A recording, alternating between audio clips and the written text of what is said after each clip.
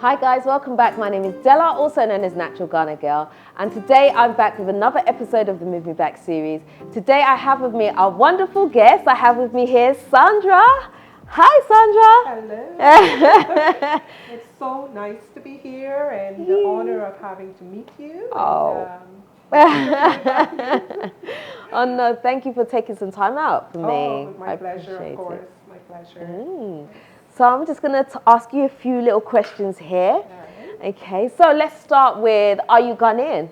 No, I'm not, but one never knows, right? Right. Going back to our ancestral background, you never know. Yeah. But as far as I know, I'm not. Okay. I was born in the beautiful island of Trinidad Hey, and Tobago. I've been to Trinidad before Are and Tobago. you? Yes, I actually really loved it. In fact, when I went, I mean, this is not about me, but let me just say, when I went, it reminded me of Ghana so much. Yes. Yeah, like the shops and all, it's just exactly the same. Absolutely. And one of the things that I noticed here is the music. Like it's so naturally Trinidadian music. It's like I close my eyes and I feel like I'm Trinidad. You can see the influence. Of the music in Trinidad, the calypso, the soca, yes, the rhythm. Yes. Like, wow, yeah. I remember when I went, they were like, there was this term, liming. Let's go and do liming. And I was like, okay, every night I was like, liming. I was like, okay. So liming, for those of you who don't know, it's like nowadays we say chilling. So, right. So in Trinidad it's liming. Yes. So I moved to Canada, I was 11. I was 11. And I've lived in Canada for most of my life. I'm not going to tell you how long because that way you will guess my age. And I'm not going to divulge that information. No problem. But I lived in Canada most of my life. And here I am. Yeah. Wow, okay. So had you been to Ghana before your experience here now? I have not. You hadn't? No, I felt like I had because of you, vloggers like yourself, Maya, Ivy Prosper, to name a few. Yeah. Because I diligently did my research. Right. And 24/7, aside from the fact that I had to sleep some of that. I was glued. Really? I'm not saying without any exaggeration, glued to the TV watching videos, so that I can be sensitized and get a good understanding as to Ghana, the culture, the pros and the cons, the challenges, the good, everything. And so I think I was fed a lot of, information that helped me to make an informed decision as to, yes, I don't mind. I'm going to Ghana. I'm going to retire in Ghana. So you just had never been here and you just picked up and moved. Absolutely. That you is guys so made brave. It because of you. I have to give you a lot of credit. A lot of you bloggers, I really do, because you were truthful. Even, like Expat Life Ghana as well. They give you everything, the truth, and I valued that because it lent a lot of credibility to the information I was getting. Wow. So knowing the challenges, like the lights going out, outages, just certain things that are different than what I'm used to. I think in the Western environments, you're kind of spoiled a little. Everything is different, it's quick, and so forth. So I was basically well informed. So when I got here and there were power outages, don't get me wrong, I was still upset. But, but it didn't come as a surprise. Sort of thing. And the lineups, you go somewhere and you're lined up, and long lines, etc. Things are a little bit slower when you could get it a lot faster. Yes. So, but it wasn't a shock. Right. To my system, So thanks again. I keep singing your praises, but I appreciate it so much. Like I always say this, but you don't realize when you turn on the camera that you're making such an impact out there. You don't realize what you're doing. We're just like turn on the camera and we talk and we try and share stuff, but you don't realize that it's actually influencing people in that way. Yes, absolutely. Wow. I can attest to that. Wow. Seriously, it's very, very amazing. Yeah. So what did your family say when you said, I'm going to Ghana to live? It came as no surprise to my family because they know me well enough. I'm very adventurous. I'm the type of person, probably the only one in the family that don't mind taking risks. sensible sense, risk, not, just jumping off the bandwagon and jumping down the cliff. So it came as no surprise. Of course, they ask questions, is it safe? Which is okay. And, are you sure this is what you want to do? You're going to be so far away from family, all by yourself. Are you going to be okay? Questions like that were loving questions, And so I had to reassure them, I will be fine. It's no different than being home in Canada. We live far from each other. So basically, I am alone with strangers in that family, and to see my family, I have to travel a few hours to see. So it's no different. It's just like thousands and thousands of miles away. I didn't feel like it was any different, coming here by myself. And so what was the experience like when you got off the plane and your first couple of days here? How was it like? So when I first got off the plane, I was so tired, Because I often hear a lot of people say when I came off the plane, they want to kiss the ground. I just wanted my bed. But the warm air was, there's something about, just bottle that feeling, right? I know. Wow. So that alone was like, I can exhale, and I think I started feeling, strangely enough, I started feeling at peace. So I was tired, but there was a difference. There was a peacefulness, The first few days, my friends will tell you, I've been out. I've gone. Gone. Like out. Uber. Really? You were out in the streets. Uber, and I went to a restaurant that was featured. I think you had featured at Jerkso. I went there, and I was videotaping to send back to family. Because I'm here at Jerkso, and I'm having a pina colada. And as a matter of fact, I'm going to have 2 pina coladas.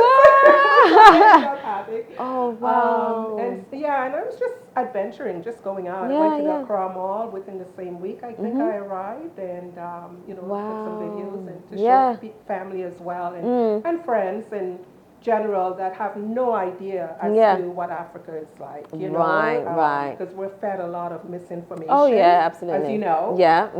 So that was one of my goals. I was so anxious to show. Look. This is Accra Mall. It's no different than Toronto. As a matter of fact, it might even be better. So I've been out. I went to the Abury Botanical Gardens and, looked around. And, so you knew all the places you wanted to go to, and you just went. I had a little notebook, and I had written down all my bucket list of places that I want to go to, and I just kept checking them off. Yes, been there, been to Cape Coast, been, Ojo Beach, and, Labardy, and, So did you have like a lineup of friends before you came here? No, I didn't. My daughter, because it's my, I've been married to her dad and no longer, but her cousin, who I call my cousin as well, but he's not actually my cousin, he was here. So he had bought some land, etc. So I invested in a property here, which is not where we are right now. I'm just renting until the property is finished. So I would ask my cousin, I'll just say my cousin, to just go out and have a look at this place that I'm thinking of investing in. So that was the only person I knew here. At the time, and so, but when I came, you met Lorna here. They're all friends of my daughter. So through that connection, I came with a built-in family, put it that way, Nice. And they all happen to be here as well in the same complex. So God is good, I was upset when my condo was not finished because it was scheduled to be finished in June 2022. All my stuff was already on way, shipped. All my household contents were shipped. And not until July, they notified us that it's not going to be completed until August 2023. Wow. So I'm like, So I'm still in Canada, and I'm like, oh gosh, what am I going to do? I can't let my stuff come here, and where am I going to put it? So I had to go and rent this two-bedroom apartment so I can have my stuff stored. Yeah. But it's better that you have your stuff here, though. I mean, yeah. Absolutely. And so, sorry for bringing in, God, but God is good. Yes. Because if my condo was finished, I would not have met. Right, so everything happens for a reason, absolutely, right? Yeah. Absolutely. And they've been here before me. Yeah. So they were able to give me some advice, support, and, and they look after me as well. Well, we look after each other, If I don't see them, I'll be calling, are you okay? Yeah, that's nice. So although I didn't know them before coming. Once I landed, they were already there. They knew I was coming because they know my daughter, so they were prepared to greet me and meet me and so forth. Yeah. So have you been able to establish more friendships since you've been here? What's it been like? Absolutely. Yeah. So what I did strategically was to make sure networking is very critical. Oh, yeah. And so I made sure that I joined an association, which is the Ghana Caribbean Association. Right. With the goal of also networking, meeting other Caribbean folks that are here, sharing experiences, etc. And so from there, you make a friend. Even when I went to immigration to register for my Ghana card and my resident permit and that. There was a lady sitting there and we struck up a conversation. We still keep in touch with each other. That's so nice. And and another lady, a couple other ladies that I met. So gradually I'm meeting. That's how it works. Yeah. It's lovely. It's amazing that like Ghana, Accra is just so small. Like you could just bump into anybody. Exactly. It's so nice, isn't it? Yes, it is. It is. Yeah. I always tell people when they come here, you always have to be on your best behavior because you just don't know who you're going to bump into. Like you could just say something to someone and the next time you meet them at a gathering and you're like, oh my gosh, like that wasn't me, And make sure you're well put together as well. You like just never know. anything can happen. It's very, very much like that. Yeah. Wow, okay. So has Ghana met your expectations, do you feel like? Yes, it has. It has in many different ways. What I expected based on the information I came with, and also in terms of my own goals, in terms of what I wanted to give to, and contribute to. It's met my expectations. Sounds a bit weird saying it that way, but knowing that I have the background, I have the experience, I have the skills and the knowledge, over the years of experiences that I have accrued, through my career, etc. And I am just now kind of sitting on pins and needles because I want to get started. But I know you got to be strategic about it. Definitely, so take your time. So the few friends that I met, they are involved in different projects, and it's like right up my alley, and it's great. And so, it's just a matter of us planning to get together and kind of work out the logistics, et cetera, and giving back. So I'm really looking forward to that. I'm retired. So it's even a little bit more rewarding for me that the nice thing about it is that I can give without, I have to be paid. Right. Without that at all. Right. Do you know how wonderful that is? I'm sure it is. I want to be there one day. So and even if I were to get, say, some money for, something that I did, I'm putting that money in a separate account, to help out what it's you don't need it, or anything, but I am not keeping any money for myself, just to give it right back. It's so genuine, it's so liberating, it's so like, yes. Oh, that's so nice. And it's more peaceful, it's more relaxing because I can do what I'm passionate about. I'm passionate about, without feeling the stress and burden of I have to make, oh my gosh, I have to make X number of dollars and this, CDs. In order to survive and so forth. So that's something that I'm sure that is really freeing. It is very freeing, very, very freeing coming from the West, where you're burdened and stressed out and burned out, and you feel like a robot getting up every morning to go to work. I know, the rat race. Here I can contribute, and give and help. Oh, that's so beautiful. And see the rewards of that as well, So so I'm anxious. Yeah.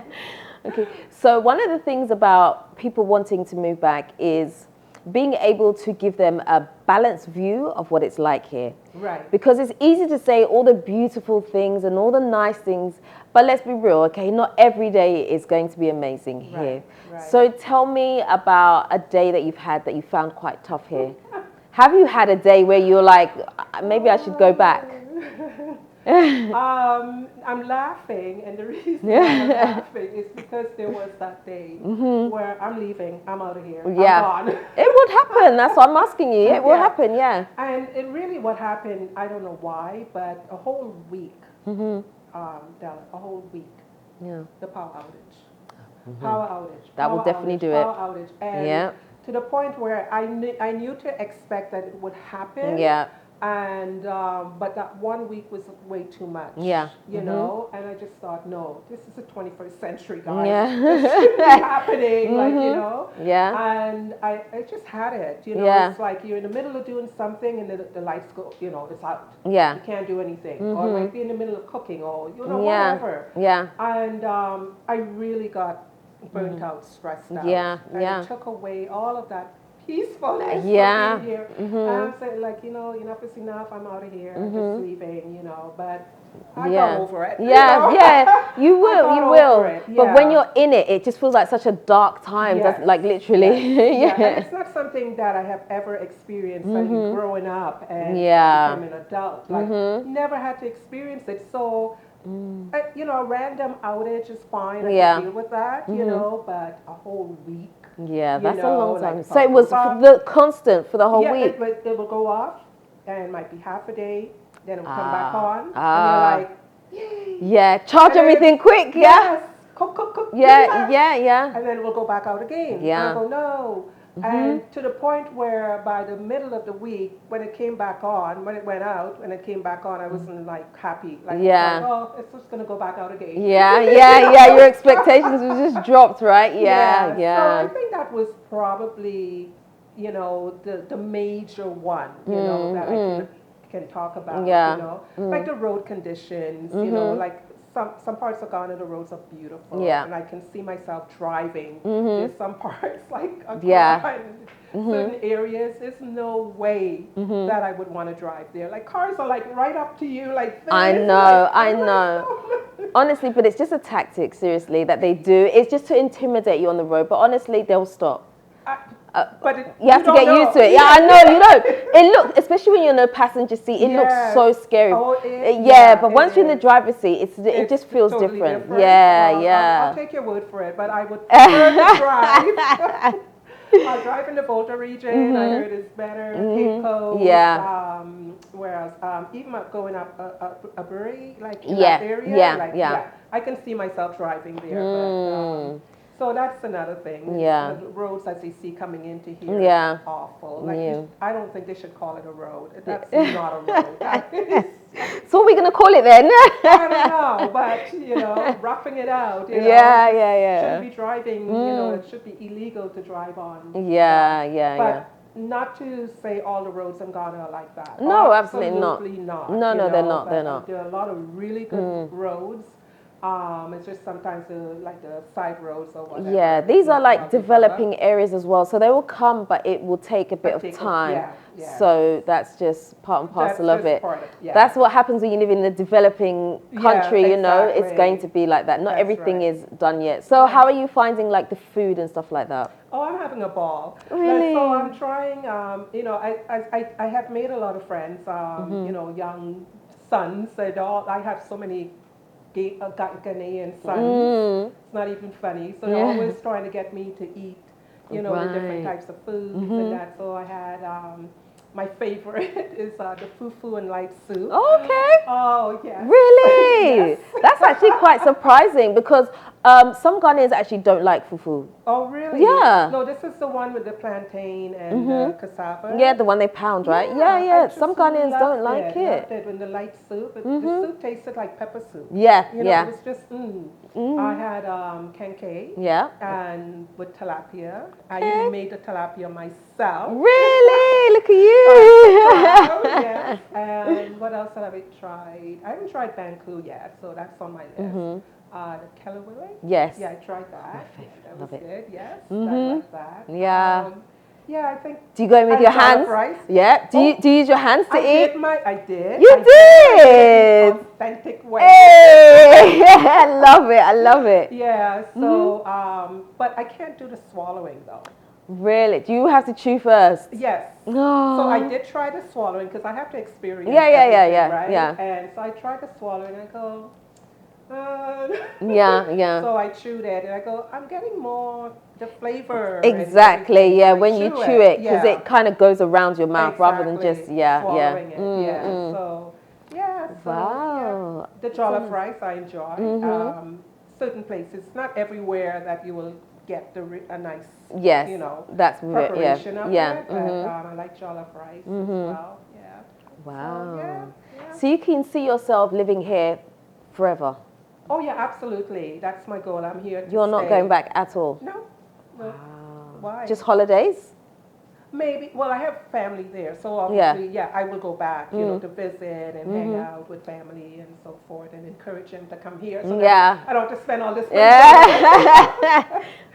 Yeah. So no, I'm here to stay. Nice. This is where I want to retire, and just before I go away and I'm expired on this world, I want to be able to do something valuable, and give back. And, I didn't ask at the beginning, but I probably should have. So why did you choose Ghana over Trinidad and Tobago? Okay, so economics. That's simply what it is. I would have loved to have a home in Tobago, the sister island. Yes. And so I have family in Tobago, and I spent some time in Tobago, and I fell in love. Oh my gosh. Yeah, it's really nice. But the homes, I just couldn't afford it. I'm single. I'm by myself, so there's no extra income coming in. Not that I want to rely on that, but I just don't have that kind of income. I buy something in Trinidad or Tobago. Ghana offered that opportunity. Right. So that's why I did my research so heavily. It's okay. All right, this is not Trinidad. This is not Tobago. This is somewhere I want to settle. And, it worked out that. This is the place. This is it, and you feel at home. I do. I feel at home. It's so nice. I mean, as you said, it's so similar to Trinidad.